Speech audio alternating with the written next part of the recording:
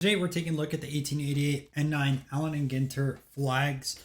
This is going to be the first series, and the checklist on this set has 50 cards, but what you'll see throughout this video is there's 291 total variations. So on the surface level, 50 cards seems pretty easy. If you want to build out the master set, well, you have a lot of work to do. These are typical tobacco size. And, you know, the prices of commons, you can find them anywhere from $10 to $25 in lower shape. If they have paper loss, closer to $10, but if they tend to be a little bit nicer, I'm talking about like 2s or 3s, not specifically graded, but raw, around that $20 to $25 price point. They do get quite expensive once they are graded. For example, some more popular countries in 5s and 6s can easily clear $100 plus. But again, it depends on how nice the card is and if it's a tougher variant. Now, here's all the different types of variants.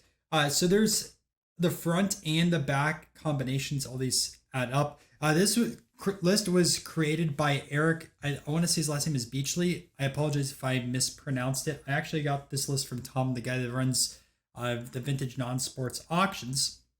But what you'll see, and I have other slides for the fronts and backs over here. Not every card is available in front and back combos, which adds a little bit even extra confusion to the set. But you guys lucked out because Eric actually mapped out this set. So you have the different fronts over here, the different backs. Gray means that example does not exist. And you'll notice that some things are highlighted as fancy. Well, that's another variant of the set, and we'll be covering that pretty soon. But regardless, here's all the different combinations that are available. If you want to screenshot this and start tracking it for yourself, good luck if you want to complete the set. That's all I'm going to say. All right, so first, the different backs. So here's the 4 different backs that you can find. So there's a small curved, and then there's also a large curve. Now, I know in the pictures they look pretty similar, but when you do have the cards in person, it's much easier to tell. Large curve has a bit of a more bolder font, and the advertisement at the top takes a little bit more space.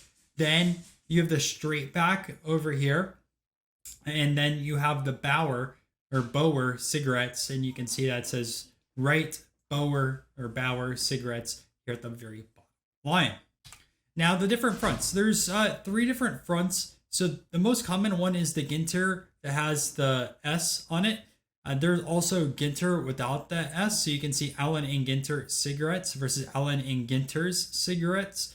Those are much tougher to find. I don't know if there's a multiplier associated with that. And then you also have the Virginia Brights, which are, again, tougher to find. If I were to rank the 3, I think Ginter with an S is the easiest. And then Virginia Brights might be a little bit easier than the Ginter without the S.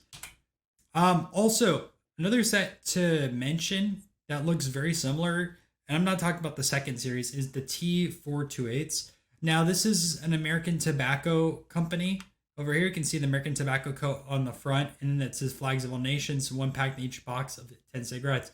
I pulled this from Vintage Non-Sports Auctions, but the T428 ATC flags is a 50 card set that uses the image from N9 flags from 20 years earlier. So this is an early 1900s set, right?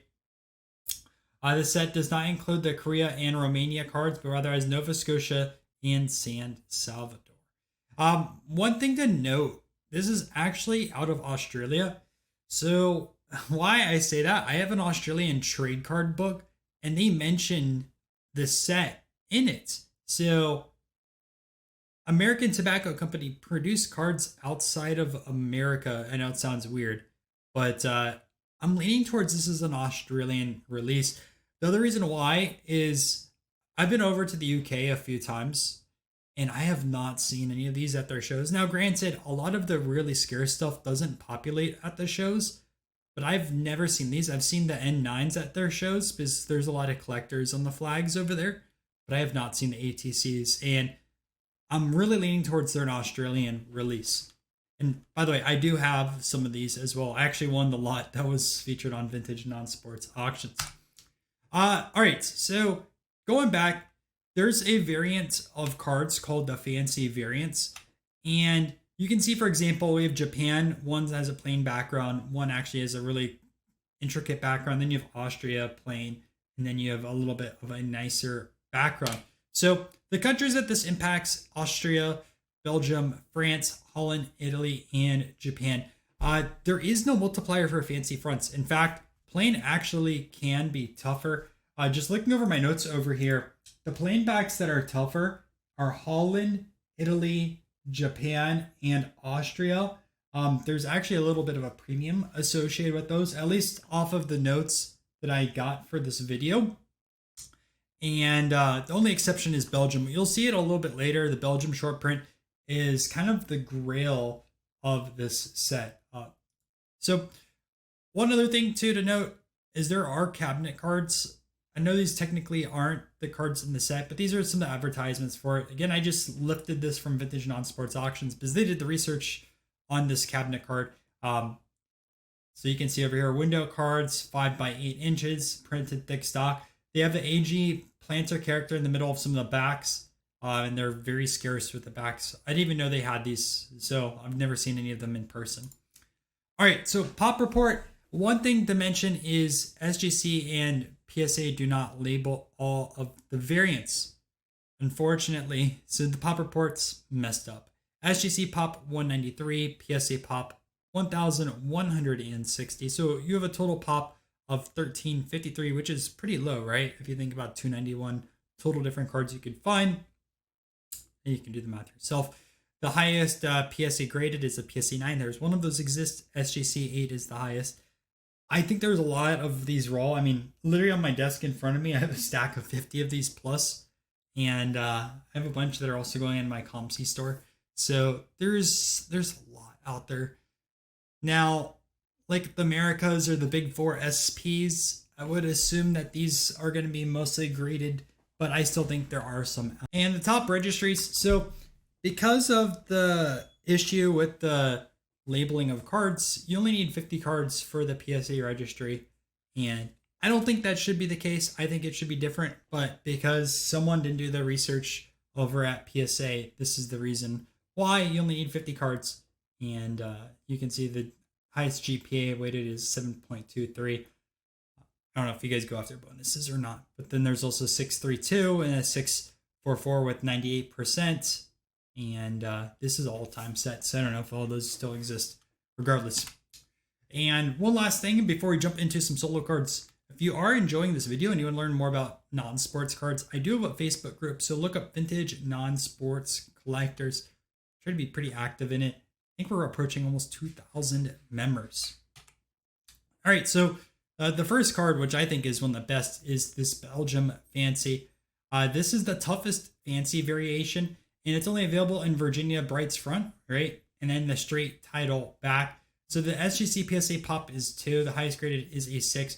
A recent poor sale sold at the Vintage Non-Sports auction for $189. Man, I could only imagine if this was the American flag, how expensive this card would be in the hobby, especially being a short print. Here is the Korea. So I actually recently sold one of these. I want to say my SGC 2 sold for like close to $300. It was the SGC 1.5. Sharper corners in this PSA 2, but it was kind of a little bit chopped and a little bit paper loss. But regardless, short print. It's only available in the Ginter front in the small/large curved backs. Total pop of 29. Highest graded is a PSA 7. Up next is the Great Britain Yellow Sun variant. So you can see this in a yellow sun as well as the gold sun. And it's only available in the Virginia Brights front and the straight title back. I couldn't really find any recent sales on this card. I did see it sold in the auction lot. And the highest graded is a PSA 5. Now we have the Romania. Now, the Romania is considered the toughest short print. It's only available in the Ginter front and the large curved back. Total pop being an 8 with the highest graded being an SGC 5. Most recent sale, there's this exact one which looked really, really nice. Sold at Vintage Non-Sports auctions for $561. Here is the United States Jack, one of the 2 American cards in the set. Available in all 6 different variants. It's the second most popular card. I've sold a few of these.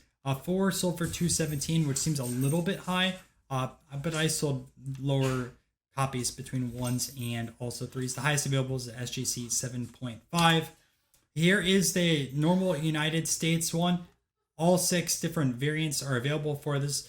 I would argue that this is one of the most popular cards in the set and most popular like United States flag card. People really pay up for this. Just to show you, in 2019, PSA 6 sold for $725, and SGC 2 sold for $375. The highest out there is a PSA 8, which I can only imagine.